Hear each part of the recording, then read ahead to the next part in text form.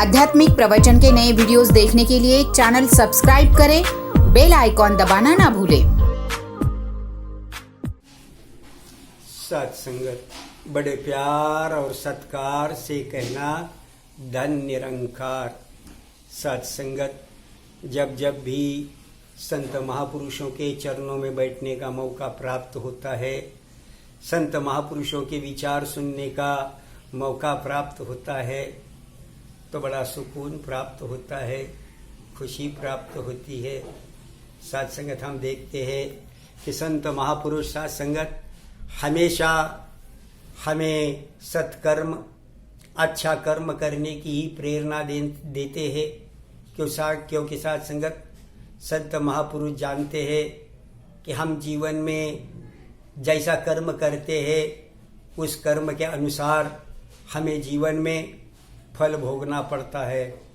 अगर हम अपने जीवन में अच्छा कर्म करते हैं तो हमें अच्छा फल मिलता है, अगर हम बुरा कर्म करते हैं तो उसका बुरा फल हमें भोगना पड़ता है।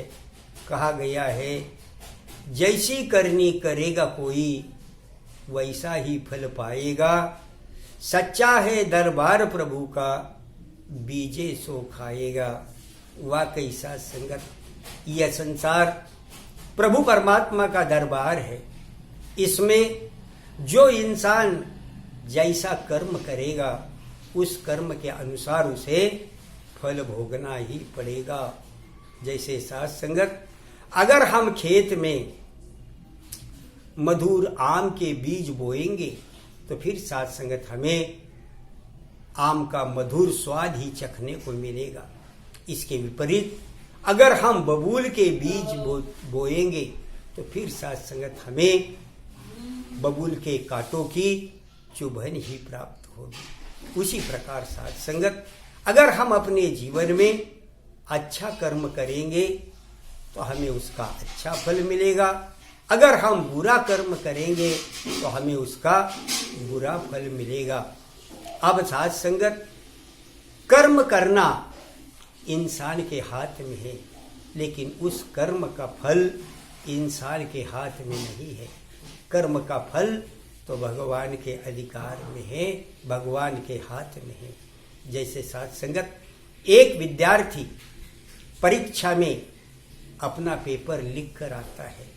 अब सत्संगत पेपर लिखना यह कर्म उस विद्यार्थी के हाथ में है, लेकिन उसी पेपर का मूल्यांकन, वह पास या फेल, यह रिजल्ट, यह फल उसके हाथ में नहीं है, यह होता है उसके शिक्षक के हाथ में। अब सत्संगत शिक्षक भी उस विद्यार्थी को पास या फेल अपनी मन मर्जी के मुताबिक नहीं करते, तो सत्संगत उसे पास या फेल उसके उत्तर पत्रिका के आधार पर किया जाता है। जो विद्यार्थी अपनी उत्तर पत्रिका में अच्छे उत्तर लिखता है उसे अच्छे अंक प्राप्त होते हैं, और जो विद्यार्थी अच्छे उत्तर नहीं लिखता उसे अच्छे अंक प्राप्त नहीं होते। उसी प्रकार सत्संगत हम जीवन में अगर अच्छा कर्म करते हैं तो हमें अच्छा ही फल मिलता है, अगर हम बुरा कर्म करते हैं तो हमें बुरा का फल मिलता है। अब सत्संगत हम जो कर्म करते हैं वह अच्छा या बुरा, इसकी क्या कसौटी है? तो सत्संगत कर्म अच्छा या बुरा यह कर्म करने वाले की भावना पर आधारित होता है। अगर सत्संगत कर्म करने वाले की भावना शुद्ध होगी तो वह अच्छा कर्म है, अगर कर्म करने वाले की भावना शुद्ध नहीं होगी, दुर्भावना होगी, तो सत्संगत वह कर्म बुरा कर्म है, पाप कर्म है। जैसे सत्संगत हम देखते हैं कि संसार में अगर एक इंसान दूसरे इंसान की हत्या करता है तो सत्संगत यह बुरा कर्म है, क्योंकि सत्संगत यह कर्म करने वाले की भावना दूषित थी, खुद के स्वार्थ पर आधारित थी, इसलिए सत्संगत वह बुरा कर्म है।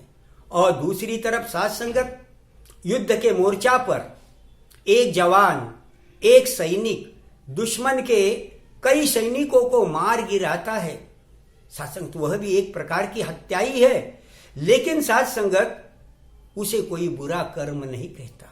उल्टे साथ संगत उस सैनिक को वीरता पुरस्कार प्राप्त होता है, क्योंकि साथ संगत यहां कर्म करने वाले की भावना दूषित नहीं थी, खुद के स्वार्थ पर आधारित नहीं थी, इसलिए साथ संगत उसे वीरता पुरस्कार प्राप्त होता है।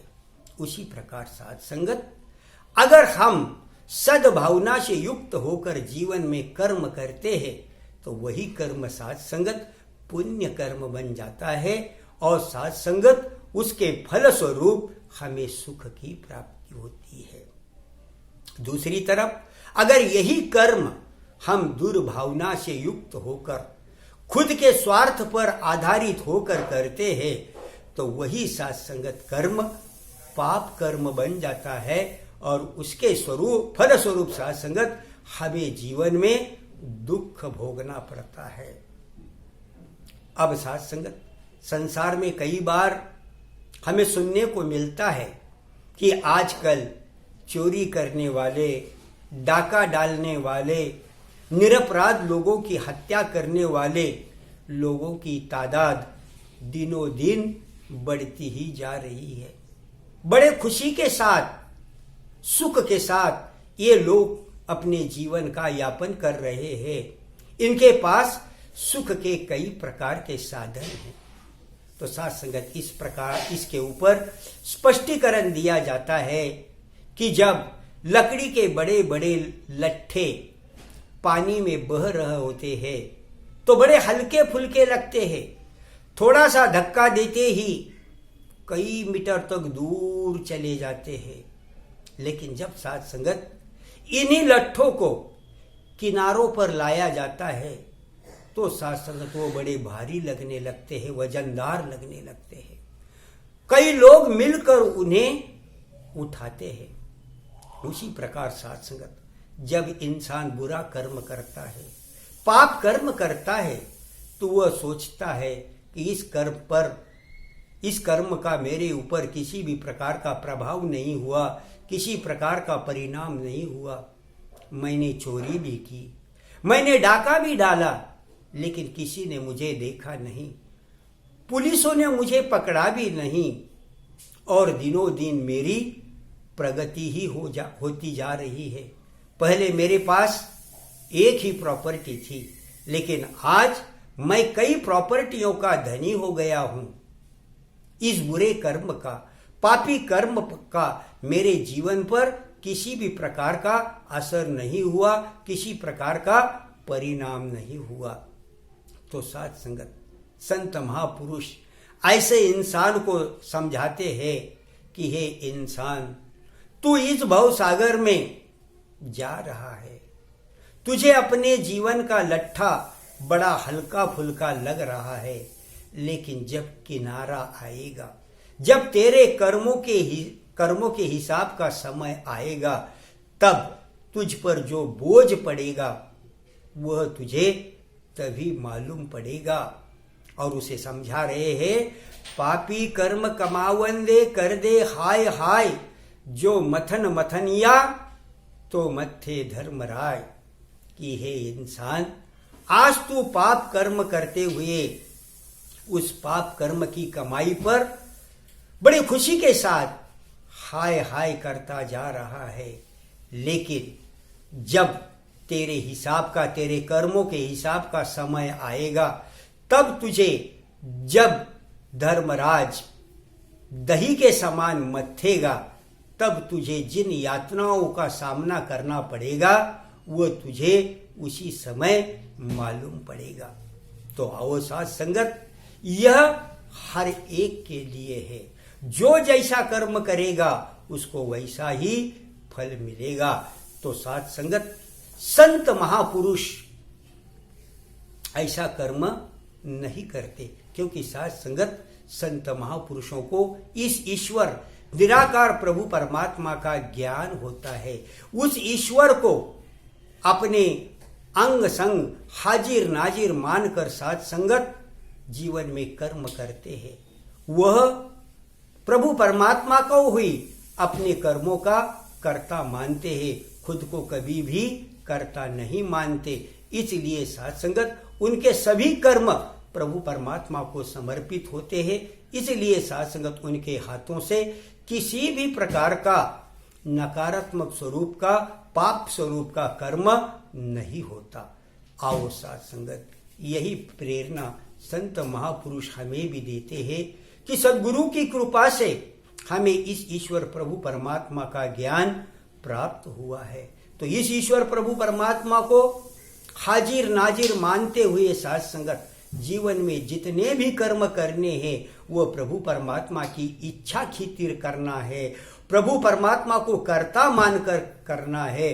तो साथ संगत जीवन में हमें हमेशा अच्छा कर्म करने की, सत्कर्म करने की ही प्रेरणा मिलेगी। और फिर साथ संगत आखिरी समय में जो बोझ पड़ता है तो उस बोझ से हम बचते रहेंगे।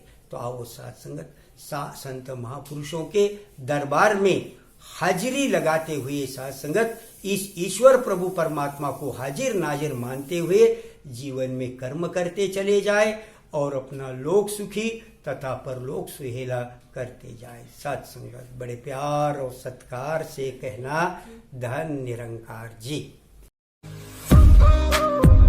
आध्यात्मिक प्रवचन के नए वीडियोस देखने के लिए चैनल सब्सक्राइब करें, बेल आइकॉन दबाना ना भूलें।